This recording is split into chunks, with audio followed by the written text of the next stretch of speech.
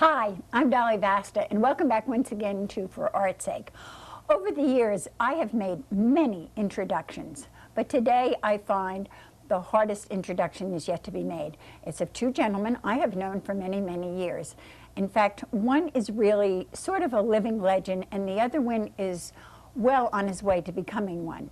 So I think I will simply say Elliot Taubenslag and his son Michael, lovingly referred to by a lot of us as his clone. Hi, guys. Hi. You know, there were so many things I wanted to say, that you direct and you produce and you act and you write, and now you're playing the role of author, hell. But how did you really get started in all of this? Now, I find this interview difficult, and you know why? Because I know all the answers well ahead of time. Well, then maybe I'll lie and surprise you. No. But you really got into it the way many young people get into it, for almost a physical reason. Tell us about it. Well, I don't sit here with that guy face. Well, I grew up in the Depression, and I went to a two-room schoolhouse, and I was the only Jewish kid in that whole school. And every lunchtime and so on, recess, we had a wonderful game called Let's Beat Up the Jew Boy. And then finally, we found there was a big hole that had been dug for, it was an excavation for a house that was to be built. Depression came, they didn't have a chance to put in the cellar or whatever they were going to do, and it was abandoned. And so that one day I discovered that if I had kids sit around the hole and I started telling or acting out the funny papers, they'd stop beating me up. And the kids, and so I started entertaining them, and more kids came and sat around, and they liked what I was doing, and then they wanted to be in the play. I remember doing the Cats and Jammer Kids, and I'd say, okay, you didn't beat me up last week, so you can be the captain, and you didn't kick me as hard as the other kid did, so you can be one of the kids. And soon everybody wanted to participate, and I loved the attention I was getting, and I loved making everybody laugh, and it grew, and But I didn't you also say once that you were slightly overweight? And that also helped? No, not once. I'm still slightly overweight. I was being kind, Al. Well, but you're sucking your stomach in so hard. Now it's hard for me to tell. Yeah, I guess I've always been a little bit overweight, and it was a way of dealing with it, you know, making people happy, laughing. But I can be dramatic as well. I can cry right now if you want me to. So can I. Yes. Because I'm about ready to lose control of this whole show. I can see it happening. No. But I think that was probably the basis of your love of working with kids. Oh, sure. And I know we worked together for many years, and literally, to all of you out there, this man, and I know Michael does too now, works with up to 300 kids a day during the summer through his children's theater. And your children's theater is really almost internationally renowned at this point.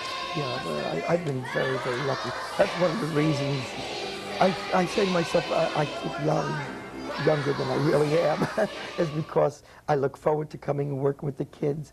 And I don't know who has more fun, the kids or me, but we just have a ball. Well, like Peter Pan, you never grew up either. Well, that's sort of it. All right, where did your interest come then into adult theater? Well, through writing and through handling some issues in the writing I do. And I've been very fortunate. A number of the things I've done have been produced, some of them off-Broadway and so on. And we have a play now that has generated a lot of interest with some very important people. Charles Nelson Riley is directing, and Milo O'Shea and Gloria DeHaven are starring. So it's kind of exciting for me. Well, this has been going on for a while, though. Mm-hmm, I mean, you have been negotiating. I really think that the general public has the opinion that these things happen overnight like this, and they just don't. It goes on and on and on and on in negotiations. Well, it wasn't mostly negotiated. It was a series of bad luck. This play had been done before with an actress who I adored, Kay Medford, and she was in remission, and we knew she had cancer, and the play had been optioned. It was supposed to open in New York, and unfortunately the remission changed, and then Kay passed away. And then later on, last summer, as a matter of fact, it was optioned again, and we had been rehearsing for production starring Rue McClanahan in the role. And 5 days before we opened, Rue discovered she had a medical problem, and she just had to pull out. And so the thing was abandoned. For Milo O'Shea was still involved with the production, and he still is now. And we're going ahead. Well, we'll talk about that at the very end again. Sure. But what I want to do is bring Mike in, because you're sitting there looking at me like, when is she going to speak to me? First of all, I want to say the intro was nice, but my father is already a legend. I know I'm a legend, but my father will be a legend. He's already. I see. Thank you for the intro. Well, you know, we were laughing before, and I said to Dave, my director, I said, wouldn't it be funny if we said the living legend, you know? And Elliot's thinking it's going to be himself and his son, but they had to start doing a switch.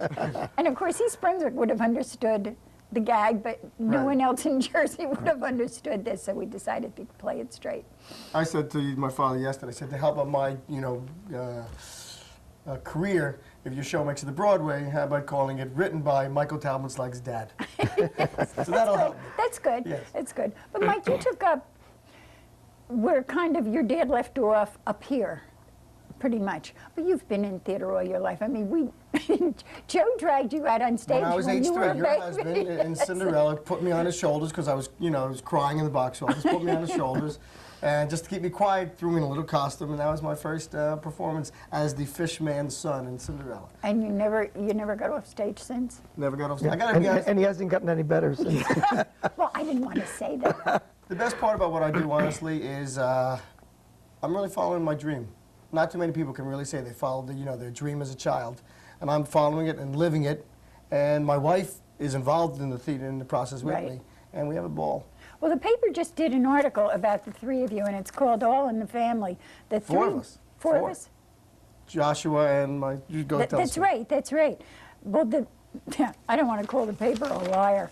It said 3 generations, stage, Rumpelstiltskin. And of course, that brings tears to my eyes, Rumpelstiltskin, of course. How many thousands of times did we do that one? Sure. But it is so neat to see the generational feel about it, because it doesn't happen that often anymore. I think except in theater. Maybe in the medical profession it does. It's one of the few other professions, but I think theater does. Do you like him really staying Does on he the like me? theater? No, he doesn't like you, but I mean... Well, I just flew up here to be in one of his productions, and there was an emergency thing. Somebody had to pull out at the last minute for medical. Somebody's father had a stroke and so on. So but he flew up, and I then flew switched up, parts.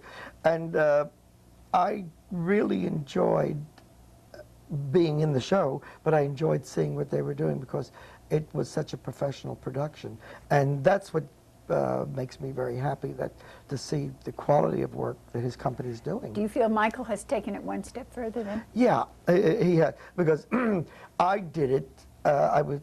I was head of the drama department for school, and I did some teaching at Rutgers and Middlesex. And for me, it was a weekend thing, and we would do it when we could. And for me, it was professional because we were doing New York, and we certainly wanted to do it to the best of our ability. But Michael does it full time, and so his costumes are really first class. He spends on one costume what I would have spent on 3 shows. I'm laughing. You mean no pins and It's scotch funny. tape? If I'm a success, and my audience comes back, if they come to like the first show, they'll buy the full season. They love the shows, and the reason I'm a success is not because my shows are so wonderful. It's because I follow his formula, and sometimes it bothers me that he didn't take his formula years ago and just take it to where I'm trying to bring it now, because I think his stuff is brilliant. Where we don't, my whole thing is I follow his formula. And I tell each actor, we have 3 rules that we stick by. Never talk down to the children, always make it a 3-ring circus, and just have a ball. And they visually stimulate their imaginations. And that's what we do.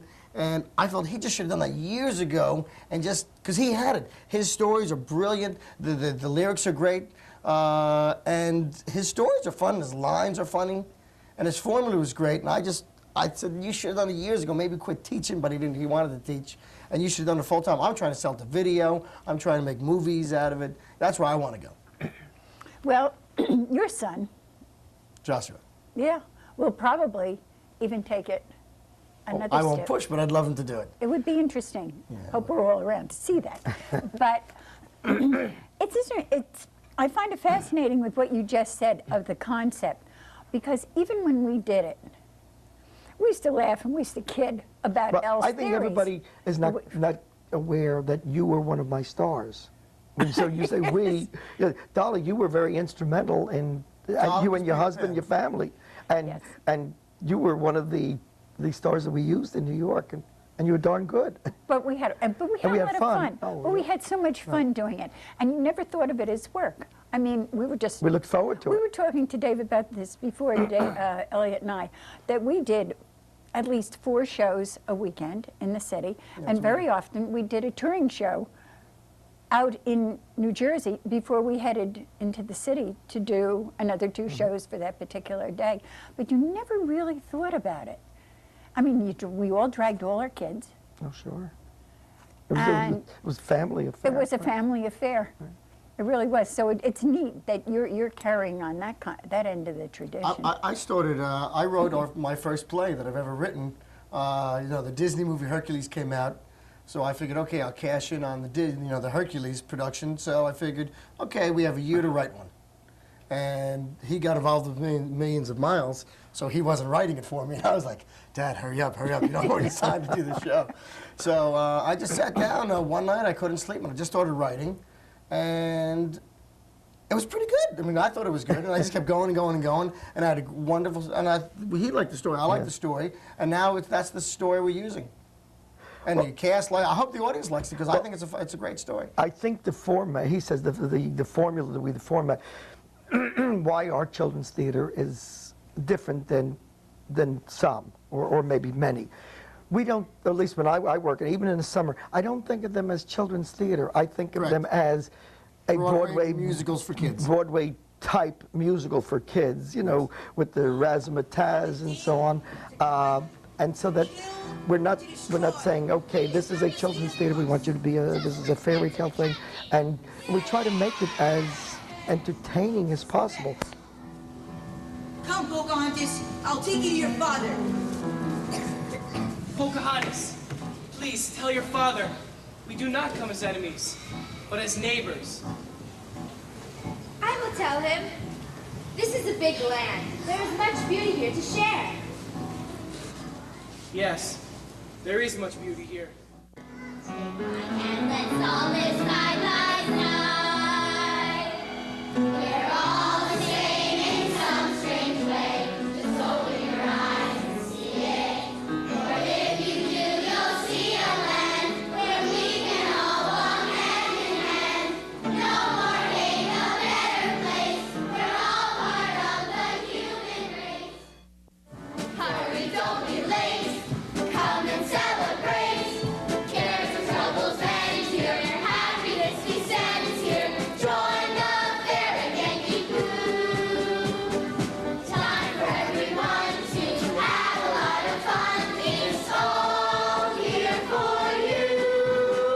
So come to the fair. Come to the fair. Come to the fair at Yankee Poo. What is the meaning of this? Let me at them! What did they do? What did they do? What did they do? They had the audacity to stare at me! Don't beat him up, all right? Over here.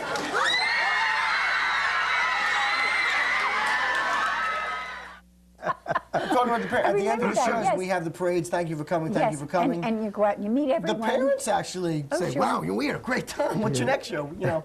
And now it's nice because my son Joshua was in the show. I guess 3-4 shows ago. Parents are asking me, "How's your son doing?" When my wife last year gave birth, oh, how come your wife's not in the shows anymore? They know us by name. It's touching. It's nice. It is. It's a nice compliment. He's lucky. His wife is very talented Yes, and very I know. attractive, and the audience looks for her. That's They really neat do, that you yeah. have a common interest too. I remember when She writes the shows with me too. And the music and lyrics. all If right. I don't say that, my If wife you don't does have, and she's very talented. Yes, and she's watching and she will Yes. kill you if you don't say it. But I can remember we had some very big stars when we were working in New York that used to come visit us. And it was always very Every weekend. Every nerve-wracking because they'd be in the front row. But I think the best one was when the Secret Service checked Yes. through all our stuff. Tell them about that one, El. Well, the Secret Service came and asked all kinds of questions. And my wife was very involved in the business end of it.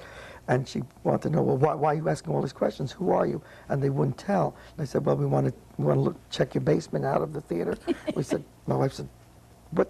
You know, who, what? And no, and then we want to go look upstairs. And then my mother-in-law was there, and she said, I bet these are Secret Service people, and they're checking out. And my wife said, who are you bringing? He said, we can't tell you. And my wife said, is this Mrs. Kennedy that's coming? And he said, you'll see tomorrow.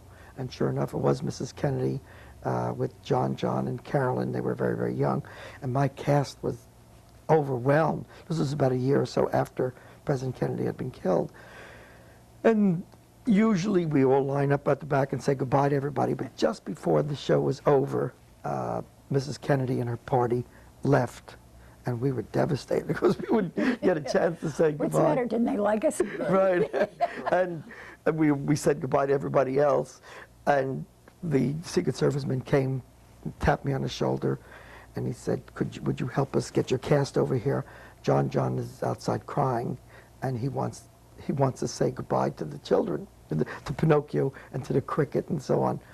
And I said, he does? Wow, you know, we'll clear it away. But everyone was so accommodating that people really did make way. Mrs. Kennedy did not come in. She waited in a car by the limousine, and the Secret Serviceman tapped me on the shoulder again. He said, Mrs. Kennedy would like you to come out to her limousine if you would. And I said, sure, you know, and I went there. And when I got there, I'll never forget, she extended her hand and said, thank you for a wonderful, charming afternoon, and we'd like to come back. And I said, oh, please do.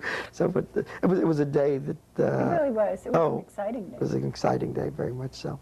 But from that point on, one of the things I'm proud of, we could have cashed in on it, we could have called the newspapers and had pictures and so on, and we didn't do that. And I felt good about it that we did the ethical thing. Well, I think that's why a lot of the celebrities, I think that became known, and a lot of them felt very comfortable Yes. bringing their kids yeah. to see the shows because no one made a big thing No. about it. We had a, well, Dolly, you know, Dustin Hoffman, oh, Alan Funt, everybody was like, yeah. Well, one of the theaters we were at backed Zero Mostel's theater Yes, in the city. And I can remember, I was The doing Mayfair, something, setting right. props or something one day, and he came in and he had his 2 grandchildren with him. And he introduced himself like he needed an introduction, right? And the cap and the whole bit. And I said, how come the kids aren't over watching you? He said, oh, they're tired of watching me. They want to watch you guys. So they sat in on a couple of the performances. But it was kind of nice because it was an exchange and it was a peer, contemporary kind of thing. right. It was really neat. Michael, before we get away and off track on this, you also did not an adult show, but it was really a teenage show. And for a while, I know I was connected with you for a Right. while with it. And it was called How I Survived High School. And it was a very interesting concept. Very, very, very real. Oh, come on, what do you feel like doing? Let's stay here and get high. Come on, I'd rather go out. I'd rather get high. I'd rather just go out, come on. I'd rather get high. Can't we just go out? No, I'd rather stay here and get high. I thought you just bought that stuff. I did, so? How come it's half empty? I did a little this morning. You get high before school? Yeah, I got high before school, so what? Do you get high every morning? No, I don't get high every morning. I had a test this morning. I did a little perk. How'd you do? I failed. I'm HIV positive. What? I'm HIV positive. Come on. What are you laughing at? No, come on. Tell me what's really going on. What's Well, bothering you? I just tell you something serious, and you drag it out of me like you drag everything else out of me, and then you're just standing there and you're laughing at me. You know, just forget it. Forget it. No, come on. Tell me. Tell me I what's even really said going anything on. to you. Nothing, nothing. Come on. Everything's fine. Tell me what's going on. Tell me what it is. Come on. That's it! My wife and I figured out, we used to tour. I toured for that show for 10 years to the tri-state schools, New York, New Jersey, Connecticut, Pennsylvania. And we figured out over 100,000 kids saw that show. And at the end of the show, kids would, come over to us, do you really have AIDS? Are you really on drugs? One of the dopey questions, did you really commit suicide? No, we're just actors and actresses. But now that show actually is being licensed all throughout the United States. Well, I don't tour with it anymore. Now it's, instead of presenting Guys and Dolls and you're a high school drama club, you can present How I Survived High School. But And we tell hope me they do. exactly what it is comprised of. It's a series of vignettes dealing with teen problems, teen angst, the joys and turmoils of being a teenager. That's really neat, though, because that was a wonderful show, or it is a wonderful show. I learned a lot as an actor. And it had to be fun to do. My wife and I really improved as actors and actresses for that show because the kids really in the audience thought we were so real. We couldn't be showy. All my musical numbers that I staged in New York had to be toned down and just played so realistic for the kids, or they would zone out. Right. And the kids just really thought they were real. Day after day after day after day, you just did your lines exactly like you would really be in that situation, and you just became so realistic. And I really honed my craft. It's neat. Yeah, I really learned a lot doing that show, day after day after day, in that setting. Well, we have a few minutes. I know I keep Sure. jumping back and forth to Okay. things, but I really wanted to talk about your latest, the latest and nearest and dearest to your heart that has been going on. No, we spoke about it earlier in the show, and that hopefully things will be set, with Gloria DeHaven and Milo. having Charles Nelson Riley is a coup, actually, as a director, because first of all, he's a very funny man himself. Oh, it's very funny. He's craziness. But you have Milo O'Shea, and what is the show? Now, I know what the show is about, but I know it's been changed a lot of times. You've rewritten it. How many times? How many thousand times now? Many About times. 4,000 times. It All right, keeps- really quickly, what is the show about? It's about a class of cultures. It's about a woman who is well into her years. She's in her 70s. She's always been a prostitute. She knows no other life except that, and she's down and out, and she's desperate. She needs a place to land. By chance, she meets a widower who is very, very unhappy. He's led a very sheltered life. He's led a very cold life. His marriage was not a very happy one, but he always did what he was supposed to do because that he grew up in that kind of a society. And all of a sudden, they both find each other, and they each have what the other one needs. He needs the excitement and the fun that she has. She needs the security of someone who would take care of her. Yet she's vulgar and coarse and so on, and he's so straight-laced. Could the two of them ever have any kind of relationship at all? There's a lot of laughter in it. I've tried to add more. And now there's a song, Gloria's in it, and a friend of ours, Naomi Yes. Sunshine, wrote a Who song. wrote the theme song for right, the show? which was going to be the theme song for the show. It wasn't supposed to be in the play. But when I spoke to Gloria, she's on the phone, she said, "Oh, do something to make my part even livelier." And I worked a way for her to actually sing the song in the show. I just read the new little section that's in it. I read it to my producer, and he flipped over it. He said, "Oh my God!" He says, "That really is just perfect." And I'm sending other rewrites. Charles Nelson Riley has made some nice suggestions. He says, how about that if they do this or this or this? This would be funny. And he's very funny. He really very is. clever. He's very clever. He's sharp. I don't know if I have time to tell this little incident. The other day I was on the phone with him. 60 seconds or 60 seconds. 30 seconds. So. Okay. He asked me, he said, did you ever wonder why I read your play? I said, well, you read it because your agent sent it to you. He says, no. He says, I was in my very first part I ever played. I played somebody named Elliot with 2 L's and 2 T's. That's the way you spell your name. So I said, I have to read your play, and I love it. So there we are. And there was it. And that was it. But it will be opening in Nyack. Nyack at the Helen Hayes Performing Arts Center.